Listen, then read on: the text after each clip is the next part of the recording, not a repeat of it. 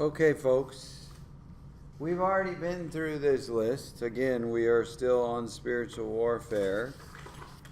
Those were the first 6 we've done, and we went up to 11, which is the one that we have spent considerable time on now, the one discussing using our spiritual weapons. We talked about turning to God first.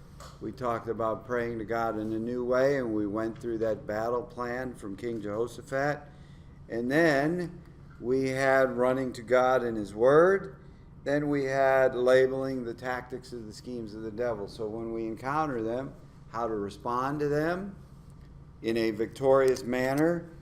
And we finished up the last one there was temptation. And then we moved on to the one that we are currently on, utilizing the power of the Holy Spirit. And the first one we talked about last week was tuning into His station. And we used the analogy of a radio, right? Like we're tuning into a radio station. So we were talking about tuning into the Holy Spirit station, just like a radio, so you'll hear Him and at the same time silence the schemes of the enemy.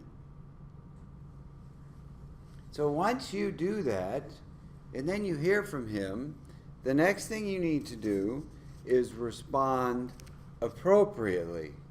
Look what Hebrews 4:7 says.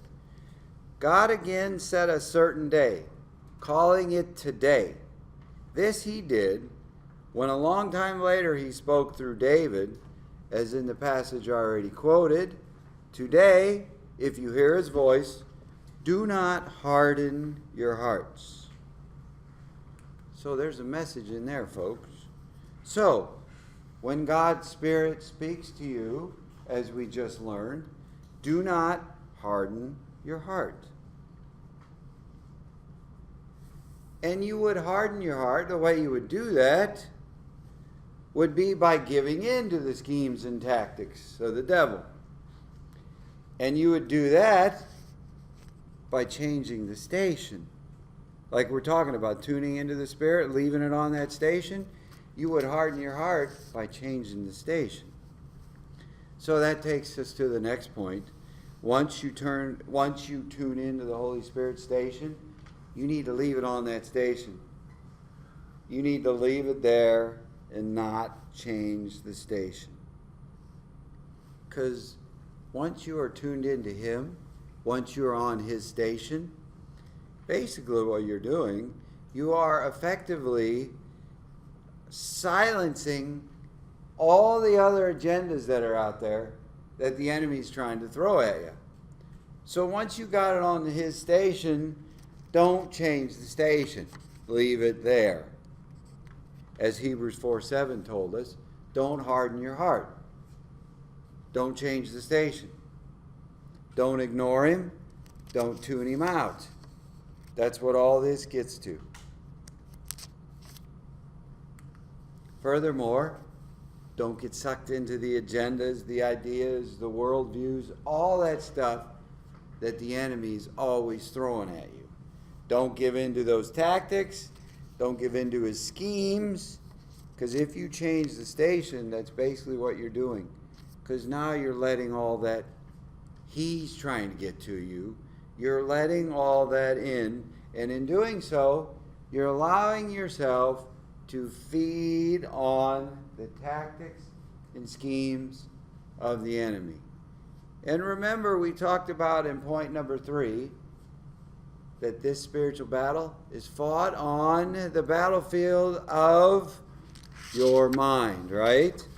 And we talked about that. We talked about how thoughts are extremely powerful things, because what we think affects our feelings, and then our feelings affect our attitude, and then our attitude affects our behavior. Therefore, you really are what you think.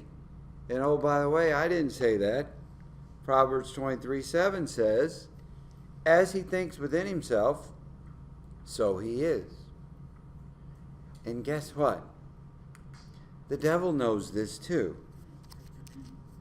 That's why he's constantly trying to get in there, into your thoughts, into your minds, with his agenda, with his tactics and his schemes. And he will use every form of communication that exists. He will pirate everything you see, hear, read, smell, touch, whatever you can do with your senses. He will pirate all those things. He'll do that every day, all day long. He'll use all of that as his ammunition to try to get his schemes and tactics inside your head. And he does all that to try to control your thoughts so he can control you. We had a whole discussion on that too, related to this, when we were talking about the battlefield for your mind. Therefore, back to the point, don't change the spiritual channel, station, whatever you want to call it, and let that happen. You need to feed on the truth of God's written word and his spoken word from the Spirit. You need to leave it on his station so you can feed on the truth and tune out all the lies. Like, yes, sir? And if I can just add, literally, the stations that you listen to on the radio are basically exactly the same thing. You listen to certain stations, they put nothing but trash in your head. You listen to 105.5, it's a completely different experience. It's one of the, you're absolutely right, and that is one of the reasons I could have chosen a TV channel for this analogy, but that's one of the reasons. Same difference. That's one of the reasons I went with using the analogy of a radio station, tuning in like that, because in our lives, whether it's radio or TV, or the internet, whatever it is, the media, he's, like I said, the devil will pirate everything, including all those things, and it is diametrically opposed at times from one station or one channel to the next. You're absolutely right. Yep. All right, so on to the next. So basically, summarizing that, it's the truth versus the lies. Remember, we discussed the one that's going to win is the one you feed the most, right? So, next point here, once you're tuned into the station, you need to listen all the time. So once you have it tuned in, you need to be having it on and listening all the time. You need to be tuned in constantly and continuously, all the time. You know, if we go back to the radio, you can leave your radio on one station all the time, but you can also just turn it off. And if you do that, it'll go dead. You stop hearing what they say, right? So it's not just having it on the station, but having it on all the time. So in tuning into the Holy Spirit station, you need to be listening daily, all the time. So therefore, like I said with the radio, don't turn him off. Or the other way to say it, don't ignore him. You need to listen, focus, and then live by what he says. And then, when the other stations, like we were just talking about, all the other things you can find out there if you want to, when the other stations, channels, etc., are working overtime to try to get you to listen to them, you ask the Holy Spirit to silence all that other noise. Ask him to empower you to turn all that off so you can focus on him. And then, in addition to that, you can ask him to make sure your reception is good. That you are completely on the channel, to make sure he comes in crystal clear. So when he speaks, you'll hear him crystal clear. And I actually suggest that you use those words, crystal clear. I actually do that frequently. I actually often will pray things like, and make it crystal clear to the point where even I can't miss it. I have a habit of saying that when I pray. Oh, so it's a encouragement, suggestion, whatever you want to do with it. And let me add this. When you don't tune into the Holy Spirit, or when you change His station, or when you turn it off, in effect what you are doing is both grieving and quenching the Holy Spirit. And I'm going to have a few things to say about that here. Grieving and quenching the Holy Spirit whenever you're doing any of those things, changing it, turning Him off, not tuning in at all. So let's look at grieving and quenching the Holy Spirit. Ephesians 4:30, we'll start there, says, "And do not grieve the Holy Spirit of God, with whom you were sealed for the day of redemption." So there we are instructed not to do that. And it's no coincidence that this command comes up right in the middle of a discussion on godly living. And what this passage is getting at is that if you live in a manner where you're not submitting to the Holy Spirit's authority in your life, you will always be at odds with Him. And if you are living at odds with Him, you're going to be offending Him. And if you're offending Him, you are therefore going to be grieving Him. Please remember that in Galatians 5, verse 25, it says this: "Since we're living by the Spirit, let's follow the Spirit's leading in every part of our lives." So if you're not doing that, if you're not following the Holy Spirit's leading in every part of your life, then you will be grieving the Holy Spirit. That's what that gets at. And then let's look at 1 Thessalonians 5:19. It says this: "Do not quench the Spirit." And what this verse is referring to in quenching Him, I guess you could say it's kind of like throwing a wet blanket on what the Holy Spirit's trying to do. Doing so, then you're going to be extinguishing His fire. And actually, the grieving and the quenching, they go hand in hand, because if you're quenching the Holy Spirit, then you're certainly also going to be grieving Him at the same time. So, if you don't tune in, if you change His station, or if you turn Him off, basically, in doing that, what you're telling the Holy Spirit is, I don't want you, I don't want your power, I don't want your direction, I don't want any of that working in me. I just want to live according to my own power and my own plans. That's basically what you're telling Him.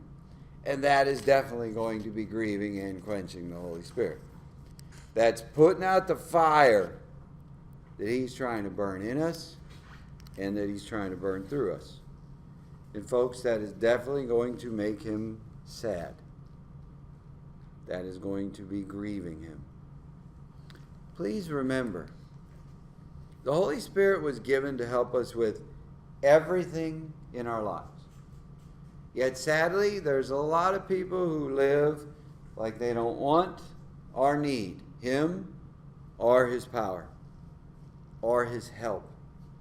And this is very ironic, because the presence of God, you could strongly argue that it has never been closer to man than He is right now through His Spirit living inside of us. And yet, that person living inside of us, the Spirit, is the one that ends up being overlooked the most. And as I've explained before, that it's the Holy Spirit who comes to live inside of us. It's not the Father or the Son, it's the Holy Spirit. Yet, with Him being so close, we still often choose to ignore and neglect Him, His presence, His power, His role in our lives. So I don't want to see that happen to you or to me. So stay tuned in. Don't change the station. Don't turn Him off. And then, as you're doing all those things, as you're tuned in listening, do it with expectation. Listen with expectation and be alert. Because if you're always expecting, if you're on the alert, you will be ready, willing, and able to respond when you hear him speak. If you're expecting it, you'll receive it much more easily, and you'll hear it immediately. It's just like if you're sitting waiting for someone. Maybe you're picking the kids up from school, or you dropped your spouse off in the store and you're in the car waiting for them to come out. If you're sitting there watching for them, if you're sitting there expecting them to come out, you're going to see them right away. And you're going to be ready to respond because you're expecting it. You are tuned in and you are focused on their arrival. So we need to be doing the same thing with the Holy Spirit, so that when he speaks, we are already focused in on hearing it. We're already focused in on receiving it. And then next, in doing that, you need to be living in obedience to his voice before you hear it. Because if you're living with expectation of it, the next step then is to be submitted to what he says before he does. So the encouragement here is to settle that ahead of time. That you're going to be obedient to his voice whenever he speaks, no matter what he tells you to do. No matter what he calls you to, have already decided ahead of time you are going to be obedient to it when you hear it. But until that happens, until he speaks to you, the next thing is, oh, sorry, I missed that one, didn't I? My bad. There it is. Ahead of time was the fill in there. Hey, I'm old and forgetful sometimes, right? All right, so that was ahead of time. Settling that ahead of time that you will be obedient when you hear him.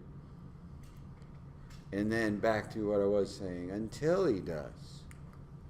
Until you hear from him, you need to be willing to wait until whenever he speaks to you.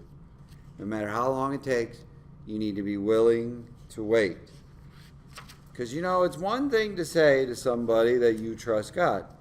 It's an entirely different thing to say that I trust God enough to wait on him.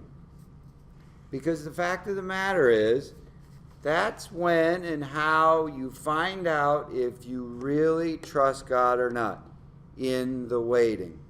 Because actually, you can't say you trust God without being willing to wait for him. It's just not possible, because the two go hand in hand. And there's always a reason why God makes us wait for things. There's always a reason why he makes us wait for his plan to come to fruition. Because during the waiting, he might be waiting for circumstances to change. He might be waiting for others to change, because remember, he's orchestrating more than just our lives individually. Or, and most likely, he may be waiting on you to change, or me to change. So the encouragement here is not to despise, overlook, or ignore the waiting time, because it's always productive, and there's always a reason. In fact, there's always a good reason for why there is the time of waiting.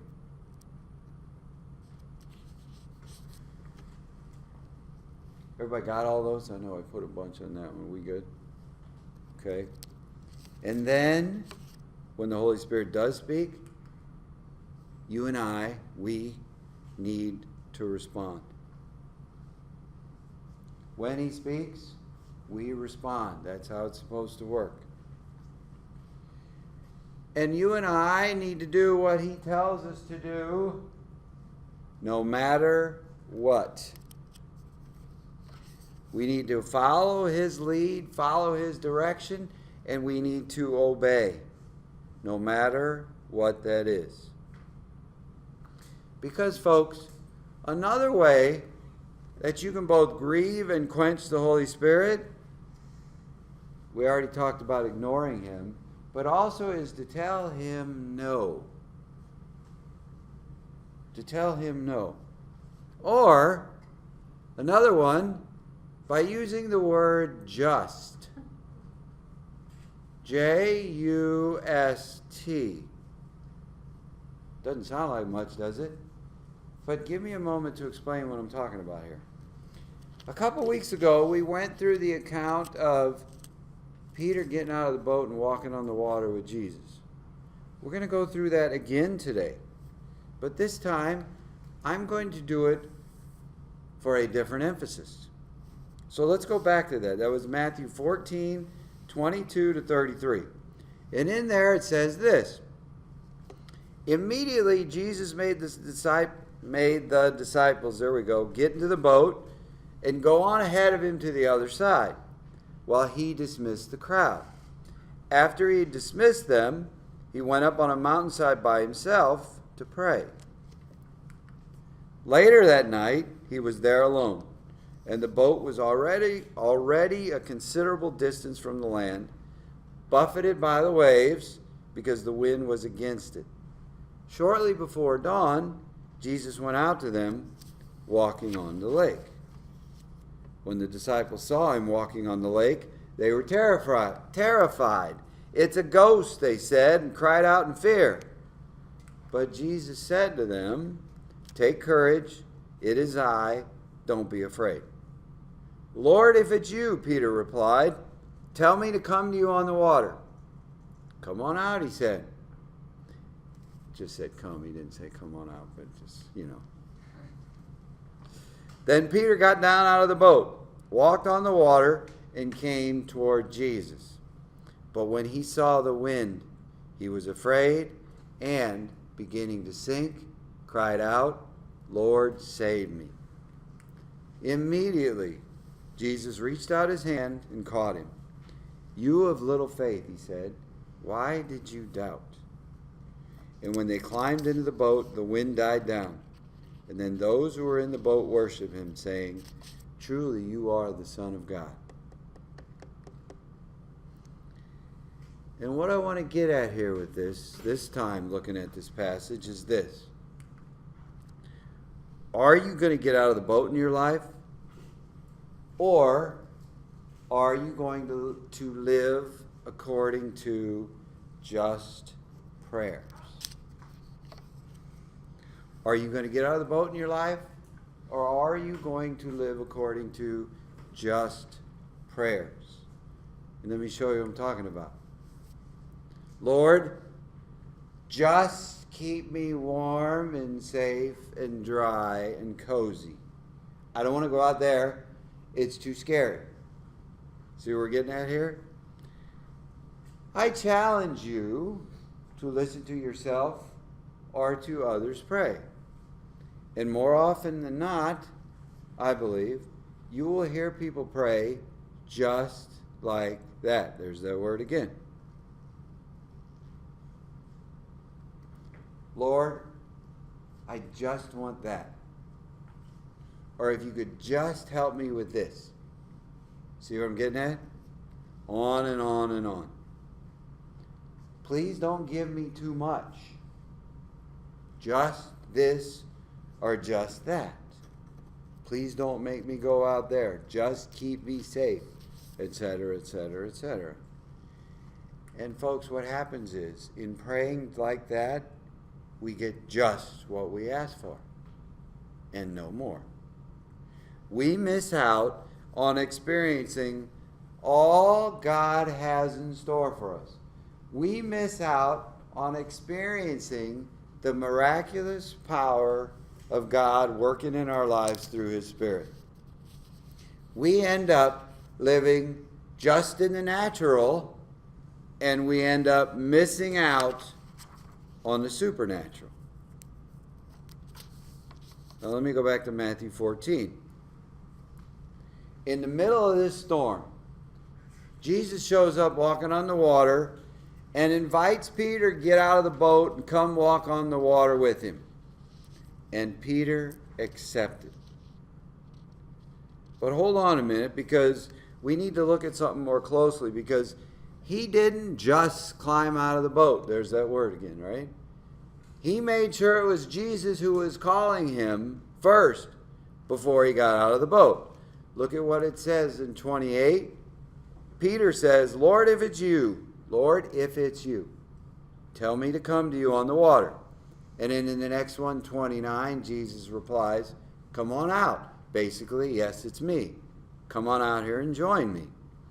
So what we learn here is, before you jump out of the boat in your life, please make sure it's God who's calling you through his Spirit. Don't go racing into anything until you know that it's God calling you and he's in it. And if you're tuned in, if you're tuned into his station, if you're anticipating him to speak because you got it on all the time, you're always listening, etc., you'll know when it's him who's speaking. You can be sure he's the one that's doing the calling and he's the one telling you what to do. Because if we look at Philippians 4:13, it says this, I can do all things through him who strengthens me. Now I want you to take a look at this verse, and I want you to please note that this verse does not say, I can do all things. This verse says, I can do all things through him, meaning Jesus is who it's referring to, through the power of his Spirit. So, in order to do something through him, he must be there. You can't do something through him if he's not there, if he's not in it. Make sense? I know I got a few on this one too. I'll give you a minute to get those. So in order to do something through him, he has to be there.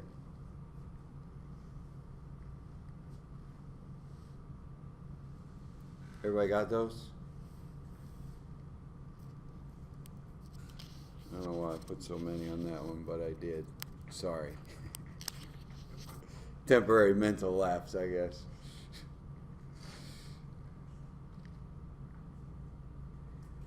So what this verse is telling us, folks, we can do whatever it is that he has for us to do. Not the things that he doesn't have for us to do. Does that make sense?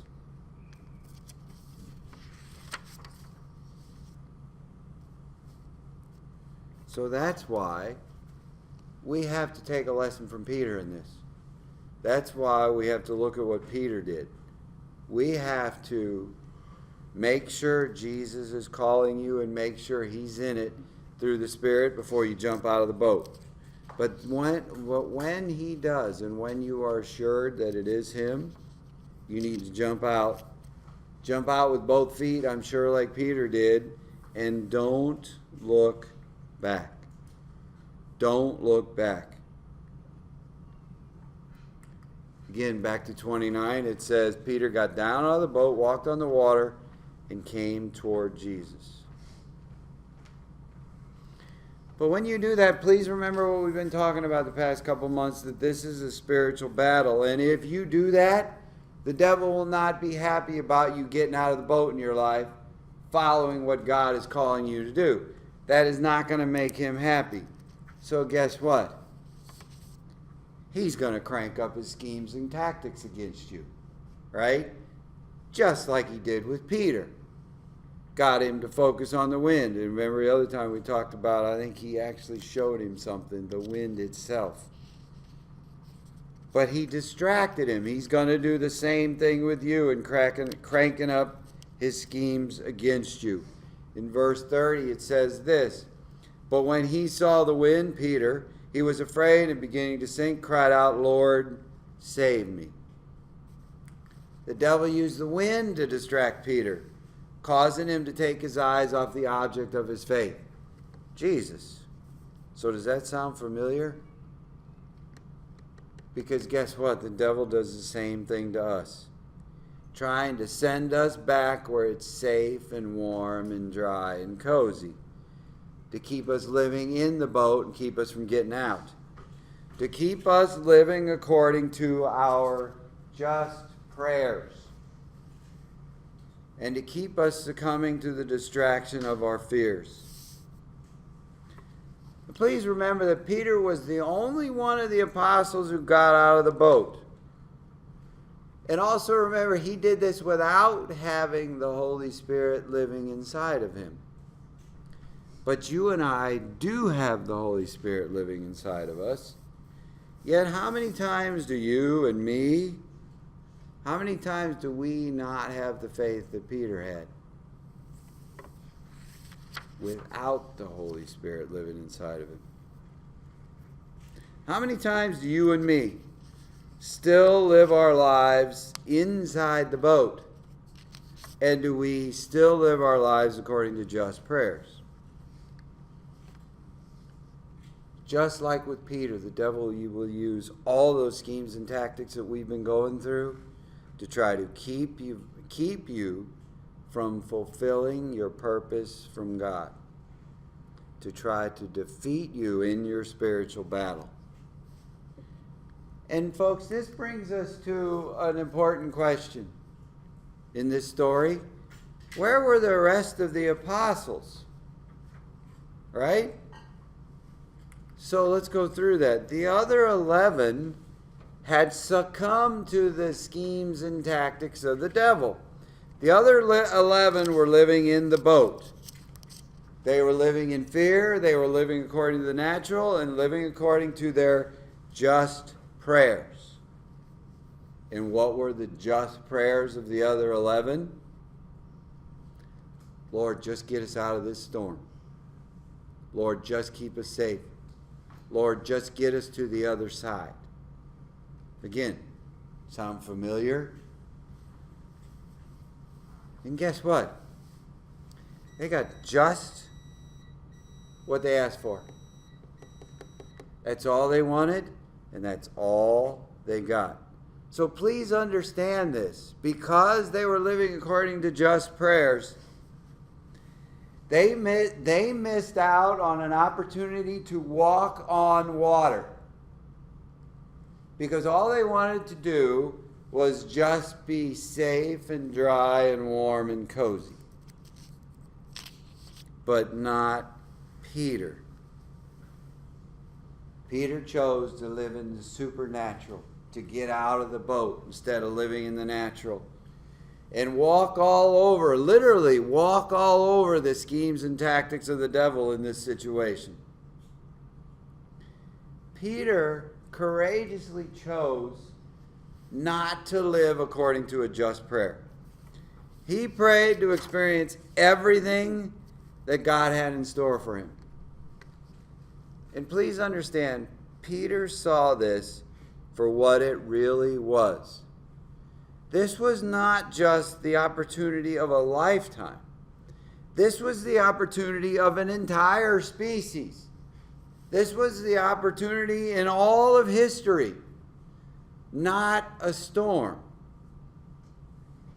Because after making sure Jesus was in it, Peter jumped in with both feet. And he got to experience something that was so miraculous that, to my knowledge, he's the only one in all of history who has ever got to experience this. Got to experience literally walking on water. He got to experience God giving him the ability to defy the laws of physics which govern our universe. Not a storm. An opportunity without parallel. But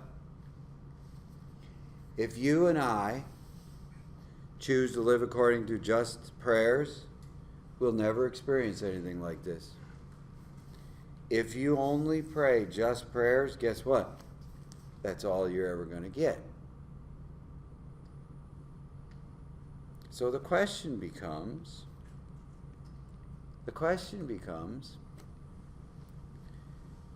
how many opportunities of a lifetime do you and I miss out on because we're praying just prayers?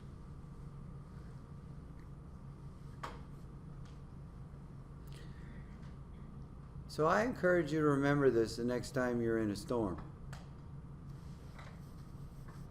The next time you're in the midst of your spiritual battle, remember this. And don't shrink back. Don't cower in fear. Don't give in to all the schemes and tactics of the devil. Instead, we went through all of our spiritual weapons, utilize them, all of them, and the power of the Spirit, and step out of the boat. However He directs you to. If He directs you to come walk on water with Him like Jesus did with Peter,